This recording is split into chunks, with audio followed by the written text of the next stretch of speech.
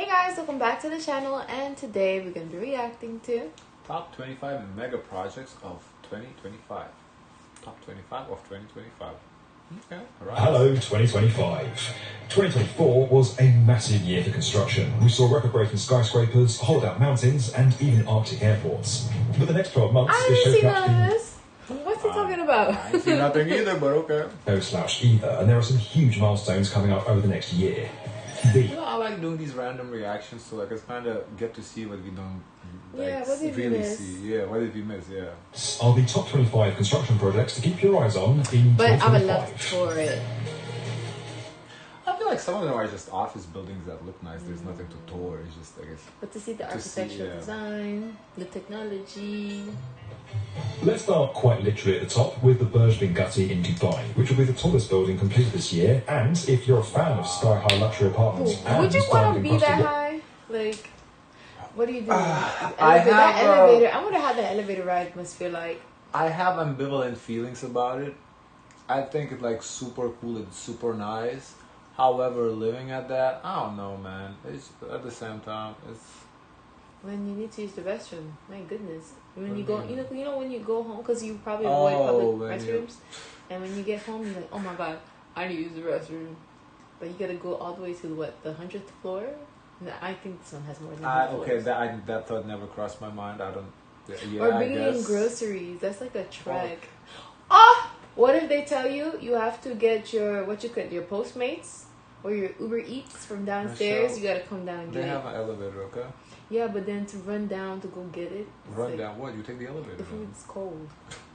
Anyway, Is it like considered like a 2-mile run going down? I don't know. I think it would be cool to live in a place like this. It's like super fancy, but don't at the know. same time, I don't know. Honestly, I I feel think like- it could be that high. I feel like I don't know if the building collapsed or some Yeah, shit. I think because we know that. Yeah, because here in Miami that has happened, so Yeah. it's a little that's a new fear that we didn't have before. I think. But also, I feel like air is rarer there. Like it's so fucking You high. can't breathe. It's harder to breathe, huh? Because I would think that 3, maybe 5 floors would be capped. 5 is pushing it. 3 floors the max. Watches, then this one is a bit of you. At 557 metres, it'll be not only the tallest building to complete in 2025, but also the tallest residential building in the world. 2 and 3 You don't bedroom need to work apartments are out. going to You be spread just across take the stairs. 104 floors, with the roof topped off with this enormous crown of glass panes shaped like diamonds. The Burj Bingati Jacob & Co. Residences is a collaboration between developer Bingati I Properties don't know. and I feel like Jacob & that's Co. just Jewelry. too much weight. It's not clear whether any of these Centric flats in are going to one actually come with spot, you know? They're doing this. They know it's gonna stand. It's just I don't know. It's a little uneasy. I don't It's know, a little just- uneasy. Here we The just had freezer. the report where they said the one that the Porsche, Yeah, the Porsche building is sinking. Yeah. Well, but at this a 3-inch. this is that's unique right. Miami problems. I'm sure I don't Dubai know. doesn't I have the don't same know. problems. car or a diamond watch. But if you have the cash for a penthouse in a jewelry-inspired skyscraper, you can probably afford to shell out for your own. I wish he said how much it costs. Must be like what, 50 million for a fucking apartment. Also in Dubai is the Burj Azizi. Currently under construction, when it completes You in can look it up, 2028, it'll be the that'd be world's interesting. second tallest building at a whopping 725 metres. Now, the Burj Azizi has a mix of features, including a hotel, shopping mall, and apartments. So it won't take the crown from the Burj Bingati as the tallest apartment building, but just 100 or so metres short from the Okay. Burj Khalifa, it's got other things to gloat about. Yet another building setting records in Dubai this You probably year can see a will be plane this going by. Plane, no, but helicopter legit is probably gonna fly like right by your window. Seal Tower. At 365 metres, this will be the world's tallest hotel. Now, I know what you're thinking. That's more than 200 metres shorter than the Burj Bingati. It's like they're not even trying. But one thing the Seal Tower does have is this. A 76-floor, 300-metre high atrium, complete with an infinity pool and jaw-dropping views of the Persian Gulf. And Infinity pool this high, like what if you fucking fall off? That's crazy. Wow. The Crazy. views, Again, I if forgot you the can't views decide- must be insane. between a hotel room here or a flat there, you can probably afford both. Yes, I know, we're on number 4 and we're still in Dubai, but 2025 could shed some light on one of the skyline's greatest mysteries. Didn't Dubai Back go in through 2021, really poor weather, like a lot of water. Yeah, the floods, yeah, rain. The Ein Dubai was the latest megastructure to hit the Emirates skyline, but just 5 months later, the massive wheel ground to a halt. The official explanation was that it had closed for improvement works and would reopen in a matter of months, but that never happened. Back in April last year, a representative told Arab News that it may reopen in a few Honestly, months, they should and the make wheel it. has been I feel spotted like moving. when you albeit- have other sites, you have to kind of make it to scale to the other buildings. So it's kind of lousy if it's just a small Ferris wheel. I don't know, This neighborhood looks big, yeah. very slowly a few times since. It's worth keeping in mind just how massive the Ein Dubai is. It's nearly 100 metres taller than the second biggest wheel in the world, and almost twice as high as the London Eye. Wow. Dubai's earned a reputation for building That's massive. That's huge. Because London Eye was big. Wow. That was big, yeah. big, but with the Ein Dubai, it may have finally bitten off more than it could chew. Either way, Okay. 2025 could be crunch time for this enormous megastructure. Imagine repair costs. Ever since the line was unveiled Like in their 2022, HOA. In Dubai, they have money. The okay? HOA must be high. Saudi Arabia's been grabbing the world's attention with increasingly implausible megaprojects, many of which fall under the Neom development. Wow. The biggest question everyone's had about these schemes is, will they ever be built? And if so, will they actually look anything like their renders? Well, last year we started to get a few clues. It was reported that some projects are being reconsidered following a drop in revenue from oil exports, and that an announcement would follow on what would be changed or axed. What has been confirmed is that the first milestone in the construction of the line has been scaled back to a mere 2.4 kilometres, though that would still be a massive building. While Saudi Arabia's megaprojects have proven controversial, and there does now seem to be some pragmatism creeping in, things aren't really slowing down that much. This nation is using its considerable resources to This diversify its building is economy beautiful. and change its PR narrative with construction projects. Completely separately, the I'm confused. So what are we building here? He keeps talking. I don't know. What are they building? privately developed Jeddah Tower is also set to restart construction in 2025, finally continuing its 1 kilometre climb into the sky. On to railways now, and a massive project to keep track of this year is Brightline West. Oh, they're expanding to California. That's interesting. Well, that's nice. You know, if Brightline could connect us to California, that would be cool. Line West.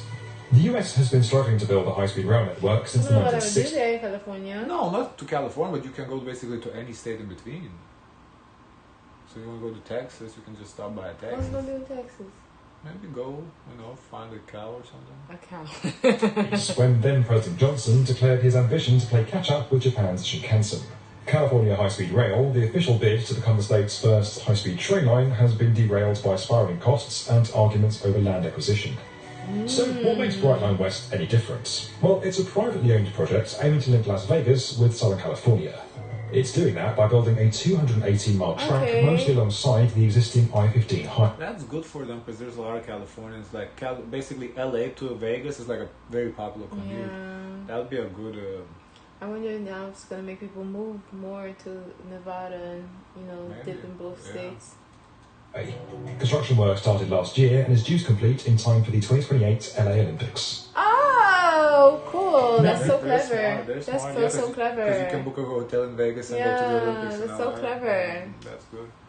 The trip shouldn't be that long too, but on a high-speed rail, 3-4 hours. And if tops. the people don't drive like in Miami, they're not going to stop on the track and stop the whole The train. US isn't the only country building new railways, but this project isn't being built to replace cars. Rail It's being built to Baltica. replace, another railway. This 870-kilometre network will run from Estonia in the north to Poland in the south. And It passes through Lithuania! High-speed rail service. It will also replace the older when I east-west go, it's gonna oriented be network very that reflected chic. the region's historic connection with Russia I'm going and to be able to Soviet see Union. all the countries Rail like Baltica will that. feature some incredible stations by headway architects like Zaha Hadid, as well as How more long will it take environmental to do features this? like eco-ducts designed to allow wildlife to pass across the rail lines in peace. Oh, they're making it right Now, now. we could mention railways without talking about one of the biggest under construction right now, Britain's second high-speed railway, commonly known as HS2. In October 2024, after the Labour Party returned to power in the UK following the summer election, That's the then so Transport Secretary impressive. The team that makes these things happen. Louise Haigh announced the line will terminate inside London after the previous government hinted it may stop just short over at Old Oak Common. But a month later, Haigh was ousted from her position, so now, who knows? Ultimately, no one really knows what to expect, but if all else fails, we do at least know that at some point after 2033, we'll be able to take a very fast train from Birmingham to a small town on the outskirts of London. Or not. Watch this space. but I wouldn't hold your breath. One thing that definitely is completing this year, despite some very well-funded opposition, is the Gordie Howe Bridge. Nearly a quarter of the $664 billion of trade between the US and Canada goes back and forth between Detroit and Windsor. Every day, more than $300 million worth of goods are shipped across this very overcrowded bridge. So back in 2004, a plan was announced to build a new bridge downstream to ease congestion and boost trade. Sounds great, right? Well, not if you're Manuel Moron, billionaire owner of said overcrowded bridge. He earned a lot of money off the toll fees from the bridge and the duty-free shops on either side. Wow. So much so that from 2004 onwards, he waged a huge campaign to prevent the Gordie Howe Bridge from being built. Ultimately, those attempts failed, and last year we shared these tantalising pictures of the two sides of the bridge deck inching closer together. Ooh. After 7 years of construction, this amazing feat of engineering is finally nearing completion. That's amazing. Now, a well-placed infrastructure hub can make or break the fortunes of a region. That bridge is interesting. That's pretty cool, yeah. Just as Changi Airport changed the fortunes of Singapore, Iraq is hoping to do the same with this, the Grand Four Port. Along with a new 1,200-kilometre railway linking the port to Turkey, this is part of an ambitious plan to make the country a logistics superpower and the new gateway to Europe. But with infrastructure, it's never just a case of build it and they will come. For every Changi, there's also a Ciudad Real, Spain's $1 billion airport that closed 3 years after opening due to a lack of customers. Ooh. As well as this, there's also the obvious security concerns. With Phase 1 due to complete in 2025, this could be sink or swim for the whole project. Now, if you think we're done with Iraq, then think again, because this year will also see the completion of a new building by one of the world's biggest architects. On our social media last year, we brought you pictures of the Central Bank of Iraq nearing completion, designed by Zaha Hadid Architects. Wow. It looks beautiful, the building. Yeah, it looks very beautiful. We see a lot of very impressive designs for buildings, so let's just say they don't always turn out looking how they're supposed to, but this one looks absolutely spot on. The tower's being built in Baghdad, where the late Zaha Hadid was born. So, as well as standing as a symbol of Iraq's future, it's a monument to one of the key figures from its past. Also looking to the future this year is Japan, which is hosting the Osaka Expo 2025, an international showcase of technology and ideas for the future. The expo is being hosted on Yumeshina Island in Osaka Bay, and at its centre is this, the Ring, the largest wooden structure in the world. Wood. Wood. Wood. Why wood? Why wood? 100 metres in diameter, it uses 27,000 cubic metres of wood. Designed by architect So Fujimoto, it's a modern version of historical Japanese carpentry typically used to build temples. The ring includes a roof terrace that allows visitors a view of the whole site, as well as the water performances that are scheduled. Why don't you trust me? Termites, fire, rot from water. Interesting why they chose wood. I wonder if this like on purpose built from wood or that's interesting. Take place next to the islands. Okay, so we're around the halfway point now, and it's time to get a bit more cultured. Let's head over to Abu Dhabi, which this year is going to see the grand opening of its very own Guggenheim Museum. Guggenheim. Designed by Frank Gehry, it's characterised by a series of interconnected organic blocks that evoke images of desert dunes and traditional Islamic architecture. The exterior is clad in a combination of titanium, steel and glass, which creates a shimmering effect in the sunlight. Now, the museum was originally due to open back in 2011 as part of a vast $27 billion cultural district, which also included a branch of the Louvre and the Zayed National Museum. In total, this project has been delayed. The visual of it looks beautiful. It looked like a slide to me. What? Look like a slide, like you don't see like. Oh, yeah. 4 times, including once when the project owner recalled the tender for its concrete suppliers. Now, we can't mention the Guggenheim or Frank Gehry without, of course, mentioning Bilbao, which started the craze for contemporary art museums back in 1997 with this iconic building. But the Spanish city hasn't lost its taste for superstar architects or fine arts. 2025 will see the completion of the extension of the Bilbao Fine Arts Museum. The opening of the Guggenheim Bilbao is largely credited with transforming a post-industrial city into a thriving cultural destination, creating a blueprint which will go on to be copied time and again. With the opening of this new wing, we'll see anew what this city is made of. Sticking in Spain, let's head down to Barcelona, where 2025 is going to be a huge year for a global icon. Gaudi's masterpiece, the Sagrada Familia, will see... they're finally going to finish this. Maybe we saw this in the reactions that this keep being built and built. Yeah, so people, they get married and they have like plastic over it. Two huge milestones this year, with the completion of the Jesus Christ Tower and the Chapel of the Assumption. The basilica was designed with 18 monumental towers in total, each dedicated to a biblical figure, with the tallest for Jesus himself. The finishing touch being added later this year will be a 17-metre tall cross, which will take the height of the tower to a huge 172.5 metres. Gaudi began working this across media, but there's still a long way to go before it's due to fully... To me. But it's going to be completed in 2034. Wow. So why are we including in the video? Completes in 2034. Oh, I guess the videos, not just the projects that are going to be completed, but all the projects that are going to go on throughout the year, I guess.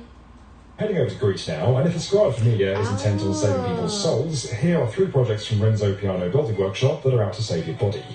A big emphasis is being placed on biophilic design, a new trend which basically means buildings with plants on. Now, while the reasons... That's cool, I like buildings with plants on. That's so dangerous though, because if they get into the foundation and start cracking... For biophilic design are sometimes questionable, the generous healing parks that these hospitals feature do seem like the effort. Just maybe not like getting having more Earth kind of heal the people in the hospital, it makes sense. place. That's cool, but very modern building for Greece. You know, when you think of Greece, you don't think of that. That's very modern. We're back to skyscrapers now, as something huge is about to loom over Toronto. This is the One, which when completed will stand 306 metres high and become Toronto's first super tall skyscraper. Designed by Foster & Partners, the tower is being built around 8 enormous columns which run the height of the building. The structure's floors are then hung up of these using diagonal beams. 2025 was due to be the year the One completed, but that's now looking pretty unlikely. In fact, it was originally due to open back in 2022, but long story short, it racked up over $1 billion in debts and the lead developer was kicked off the project last year. One city that's having a bit more luck with its skyscrapers... That's the thing with the buildings, I feel like, at least based on the shows we see, it's like, as you estimate, this is always go over with budget. I've never seen that they stay under the budget. It's always some bullshit comes up. It's over the always. So I can only imagine because that's what we've seen with regular houses. So imagine scale that up to these projects. That's there's $1 billion going on. It's crazy. Is good old New York. 2025 will see the completion of 270 Park Avenue. Set to be the new headquarters of banking giant JP Morgan Chase, it's full of every luxury you'd expect for a tower full of incredibly wealthy bankers. But what's most impressive is what lies below ground. Reinforcements were built underneath the existing foundations. The whole structure was then lifted up onto stilts to create a public plaza underneath. The weight of the building is being taken by a series of dramatic V-shaped columns carefully placed onto the foundations below. Wow. That is interesting. That's so cool. So what's the plaza underneath, like a mall or something? Now, we can't talk about skyscrapers without mentioning China. It might have banned the construction of anything over 500 metres back in 2020, but it hasn't stopped its appetite for building big. First up is the Great River Centre. I wonder why they banned the height. Maybe it's dangerous. Well, to me, it does seem dangerous. Yes. So, but what, China is the only one who has a conscience? Saying like, okay, it's too dangerous? No. That's crazy if China has the biggest conscience in the world, huh? A 400-metre office building which marks the centre of a wide development on the Yangtze River. Its demure appearance is a reference to this, an ancient Chinese stringed instrument. It's an attempt to champion simple, elegant refinements over dramatic flourishes.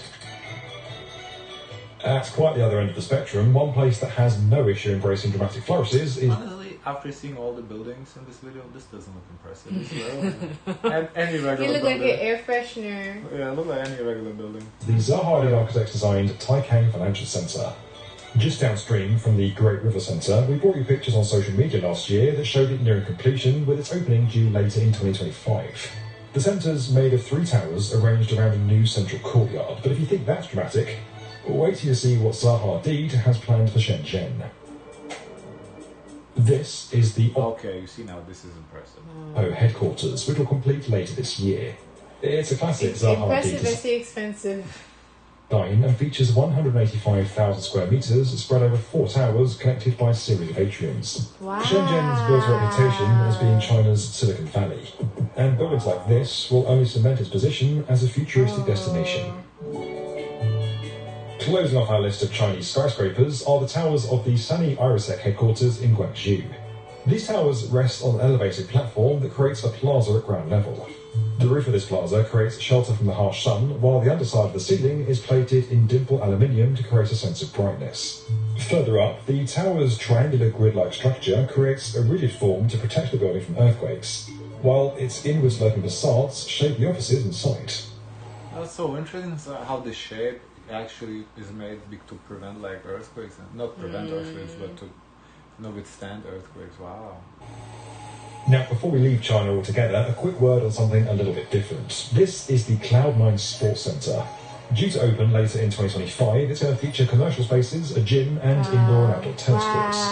But nothing will be quite as athletic as the building itself. Designed by Chinese studio Mad Architects, it's being built in a major park and is designed to reflect the local area. 2025 is going to be a huge year for ITER, the International Thermonuclear Experimental Reactor. Located in the south of France. Oh yeah, Europe needs that. They need the power. This amazing project is a collaboration between 35 different countries. When complete, it has the potential to provide near limitless amounts of clean energy, all thanks to the power of nuclear fusion. If you want a rundown on the difference between fusion and more traditional fission power plants, then check out our full-length documentary on what is quite possibly the world's most complex construction projects. Finally, what happens when a dam starts to fall? Dams like the Spittelam Dam play a part in producing more than 60% of Switzerland's energy. I wonder how dams create energy. I guess water flowing, many other dams generates kind of how do you generate energy on a bike, right? By pedaling against resistance. So this is like water falls against the resistance and it generates. Somehow they convert that power of the water falling into the energy. That's really cool. Like I think they have like the wheel spinning, and as the wheel spins because of the water, you convert that into the energy. And in this country, Spittelam has a crack running through it. When it was completed back in 1932, this was one of the first large arch gravity dams ever constructed. An impressive achievement, but one that also meant engineers didn't fully understand the stresses it would be under. The replacement dam has been under construction since 2019. To make sure it doesn't fall prey to the same problems, it was designed to curve in two directions, both horizontally and vertically. This means the dam's walls can be thinner, so fewer materials are used, while still having the strength needed to hold back all that water. This has been a truly epic build, where the remote location and heavy winter weather have been a constant battle. And that's it. We've made it. Wow, interesting with this. Oh, pretty cool. Guys, of course, let us know your thoughts. Don't forget to like, comment, and subscribe. Join the Discord, and as always, share as much kindness as possible.